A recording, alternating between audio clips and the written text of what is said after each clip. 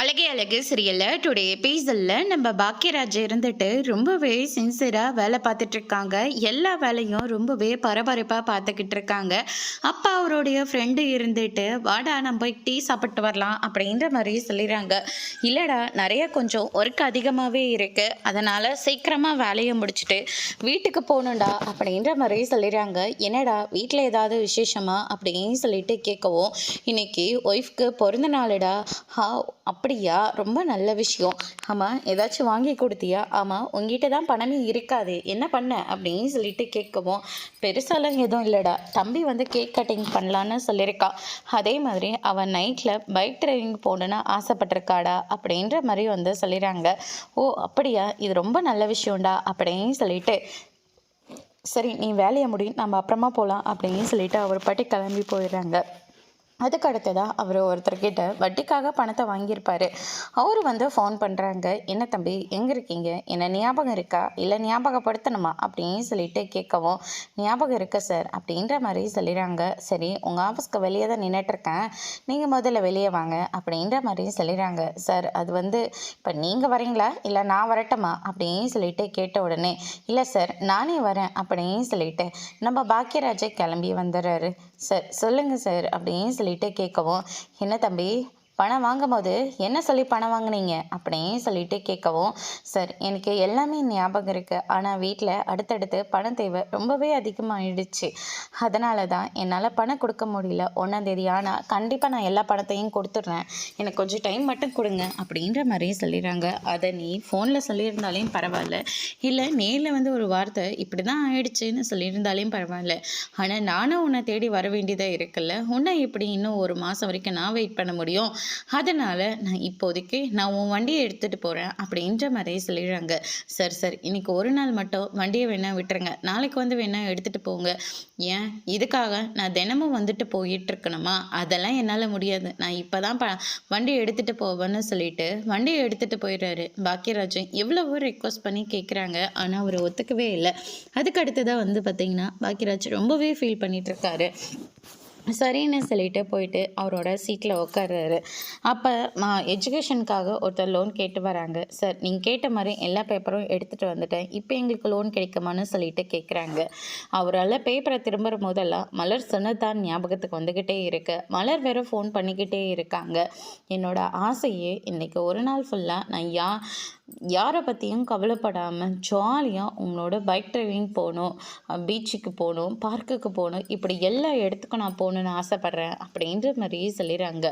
கண்டிப்பாக உன்னை நான் கூட்டிகிட்டு போவேன் அப்படின்ற மாதிரி பாக்கியராஜ் வந்து சொல்லியிருப்பார். இதெல்லாம் யோசிச்சு பார்க்குறாங்க. அம்மா நீங்கள் கொஞ்சம் வெயிட் பண்ணுங்க அப்படின்னு சொல்லிட்டு அவங்கள வெயிட் பண்ண சொல்கிறாங்க. அதுக்கடுத்ததை வந்து பார்த்திங்கன்னா பாக்கியராஜ் இருந்துட்டு மலர் ஃபோன் பண்ணிகிட்டே இருக்காங்களே அப்படின்னு சொல்லிட்டு ஃபோன் அட்டன் பண்ணுறாங்க. சொல்லு மலர் அப்படின்ற மாதிரி சொன்ன உடனே, என்ன பாக்கியராஜ் வேலை அதிகமாக ஃபோன் பண்ணி டிஸ்டர்ப் பண்ணுறேனா? அப்படிலாம் ஒன்றும் இல்லைம்மா, சொல்லுமா அப்படின்னு சொல்லிட்டு கேட்கவும், என்ன பாக்கியராஜ் உங்களுக்கு ஞாபகம் இருக்கா, என்ன நீங்கள் இன்றைக்கி வெளியில் கூட்டிகிட்டு போகிறதா சொல்லியிருக்கீங்க, நல்லாவே ஞாபகம் இருக்குமா அப்படின்ற மாதிரி சொல்லிடுறாங்க. சரி பாக்கியராஜ் என்னாச்சு, ஏன் குரலெல்லாம் ஒரு மாதிரி இருக்குது அப்படின்னு சொல்லிட்டு கேட்கவும், ஒன்றும் இல்லை கொஞ்சம் வேலை அதிகம். சரி பாக்கியராஜ் நான் உன்னை டிஸ்டர்ப் பண்ண விரும்பலை, ஆமாம் நான் என்னை கூட்டிகிட்டு போகல, அப்போ யாராச்சும் கண்டுபிடிச்சிருவாங்களா, அப்புறமா ஏதாவது ஒரு பிரச்சனை வந்துடுமா? ஆரம்பிக்கும் போது எல்லாமே சந்தோஷமாக தான் இருக்கும், ஆனால் போக போக தான் அது எப்படி முடிய போகுதுன்னு எனக்கு தெரியல பாக்கியராஜ் அப்படின்ற மாதிரி சொல்லிடுறாங்க. அது என்ன நடந்தாலும் பரவாயில்ல, பார்த்துக்கலாம் விடுமா அப்படின்னு சொல்லிட்டு பாக்கியராஜ் வந்து சொல்லிடுறாரு. அதுக்கு அடுத்தது வந்து பார்த்தீங்கன்னா, என்னாச்சு உங்கள் குரலே ஒரு மாதிரி இருக்குது, என்னன்னு சொல்லுங்கள். அதெல்லாம் ஒன்றும் இல்லைம்மா அப்படின்னு சொல்லிட்டு ஃபோனை வந்து கட் பண்ணி விட்டுறாங்க. அதுக்கு அடுத்ததாக வந்து பார்த்தீங்கன்னா அவங்க ஆஃபீஸில் வேலை செய்கிற எல்லார்கிட்டையுமே பணத்தை கேட்குறாரு. ஒரு 15,000 மட்டும் தர முடியுமா, நான் அப்புறமா உங்களுக்கு கொடுத்துட்றேன் அப்படின்னு சொல்லிட்டு எல்லார்கிட்டையும் கேட்டு பார்த்துட்டு இருக்காங்க. ஆனால் யாருமே வந்து அவருக்காக ஹெல்ப் பண்ணவே இல்லை. அதுக்கு அடுத்ததாக வந்து பார்த்திங்கன்னா நம்ம மதியம் இருந்துட்டு ஆஃபீஸ் காலேஜ் விட்டு சீக்கிரமாக வந்துடுறாங்க. வரும்போது ரேவதிக்கு வந்து கால் பண்ணுறாங்க. ரேவதிக்கு ஃபோன் பண்ணி நீங்கள் வந்துட்டீங்களா அப்படின்னு சொல்லிட்டு கேட்கவும், இல்லை மதி இன்னும் ஒரு 3/4 மணி நேரம் ஆகிடும் அப்படின்ற மாதிரியே சொல்லிடுறாங்க. ஓ அப்படின்னா நான் உங்களுக்கு முன்னாடி முன்னாடியே வந்துடுவேன். ஆமாம், உங்கள் தம்பிக்கு நீங்கள் சொல்லிட்டீங்களா? இல்லையே, நான் சொல்லலை. உன் புருஷன் தானே, நீயே சொல்லு அப்படின்ற மாதிரியே சொல்லிடுறாங்க. இல்லைங்க, நான் சொன்னாக்க அவர் நிறைய கேள்வி கேட்பாரு. எந்த கேள்விக்கு பதில் சொல்கிறதுன்னு தெரியாமல் போயிடும். அதனால் நீங்களே ஒரு வார்த்தை சொல்லிடுங்க அப்படின்ற மாதிரி சொல்லிடுறாங்க. சரி, நானே சொல்லிக்கிறேன் அப்படின்னு சொல்லிட்டு ரேவதி வந்து சுரேஷ்க்கு ஃபோன் பண்ணி, இன்னைக்கா அண்ணியோட பிறந்த நாள்ரா, அவங்களுக்கு சர்ப்ரைஸாக இருக்கட்டும்னு சொல்லி கேக் கட்டிங் வந்து ஏற்பாடு பண்ணியிருக்கு. நீ சீக்கிரமாக வந்துடுறா. என்னக்கா நீ இந்த நேரத்தில் சொன்னா நானும் வந்துடுறேன்டா. ஓ, மாமாவும் வராரா அப்படின்ற மாதிரி சொல்லிடுறாங்க. உங்கள் மாமாலாம் வரல, நான் மட்டும்தான் வரேன். அதனால் நீ வந்துரு அப்படின்ற மாதிரி சொல்லிடுறாங்க. சரிக்கா அப்படின்னு சொல்லிட்டு ஃபோனை வந்து கட் பண்ணிடுறாங்க. சுரேஷ் இருந்துட்டு யோசிக்க ஆரம்பிக்கிறாங்க, போகலாமா வேண்டாமா அப்படின்னு சொல்லிட்டு.